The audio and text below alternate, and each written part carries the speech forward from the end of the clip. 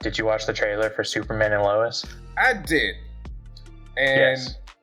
I remember when they announced the show was happening, I was like, hey, Superman's back on TV. That's cool. Because I love Smallville. I love Lois and Clark. So it's like, hey, that's awesome.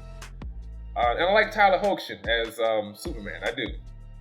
Right. So then I watched the trailer. And for some reason, Superman has 2 sons. And they don't know that he's Superman. And I'm like, what the... Like, I was talking to a coworker, and I was telling him, and he's like, you don't sound too excited about it. Does it seem like Superman meets Riverdale? And I'm like, yeah, it sadly does feel like that. It's Superman meets Riverdale. I don't know why Superman has 2 sons. I don't know why they don't know that he's Superman, even though they're fucking teenagers. Like, it didn't look good. I'm not interested. And it's a goddamn shame, because I was interested initially. I haven't watched any of the CW Superman stuff at all. Like, just none of it. I mean, I've seen some Supergirl when she, crosses over into the Flash and Arrow occasionally, Yeah. So I've seen him when he comes into those, and I like him in that. Yeah. I will say Tyler, I think it's Tyler Hoechlin? Hoechlin. He doesn't seem old enough to have 2, 19-year-old sons. Well, they're not 19, they're 12. Yeah, no, they're not. Well, they're supposed to be 12. They look 35, but I'm telling you, they're 12. Well, CW, yeah. Yeah. Riverdale.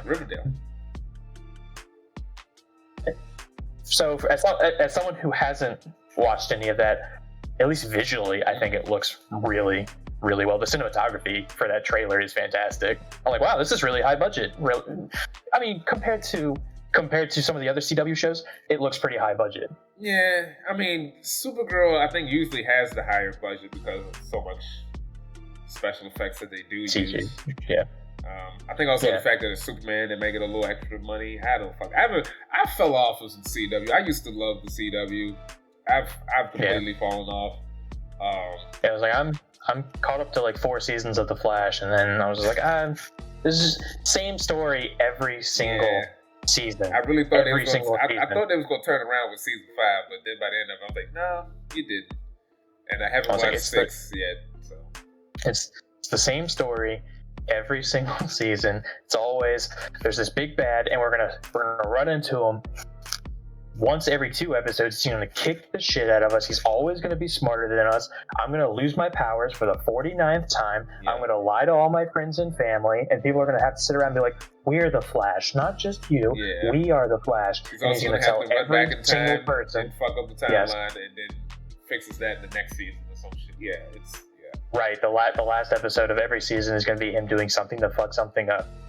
But that's CW, because that's Supernatural. Supernatural, at the end of every single season, one of the 2 brothers dies, and then it time skips at the beginning of the next season, and it's been 8 years, and then he's like, I'm Sam, I'm back. And he's like, well, I have a family and kids. I have a family and a wife and a job now. You can't just show up and do this to me. And then they all die 2 episodes later. And he's like, let's back out on the road, brother. And then Sam dies at the end of that season. Yeah, that's not wrong. No. But yeah, I was disappointed when I saw that trailer. I was blindsided by the 2 sons thing. Like, what the fuck? 2 sons? What the fuck is this? Yeah, that did surprise me, because I was like, all right, I could see one of them being his kid, the little black-haired kid. Yeah, and then there's the blonde kid, and I'm like, what the fuck is the blonde kid? Yeah, I was like, oh, who that's his friend. And they're like, no, my sons. Yeah, I'm my sons. Like maybe they adopted a kid.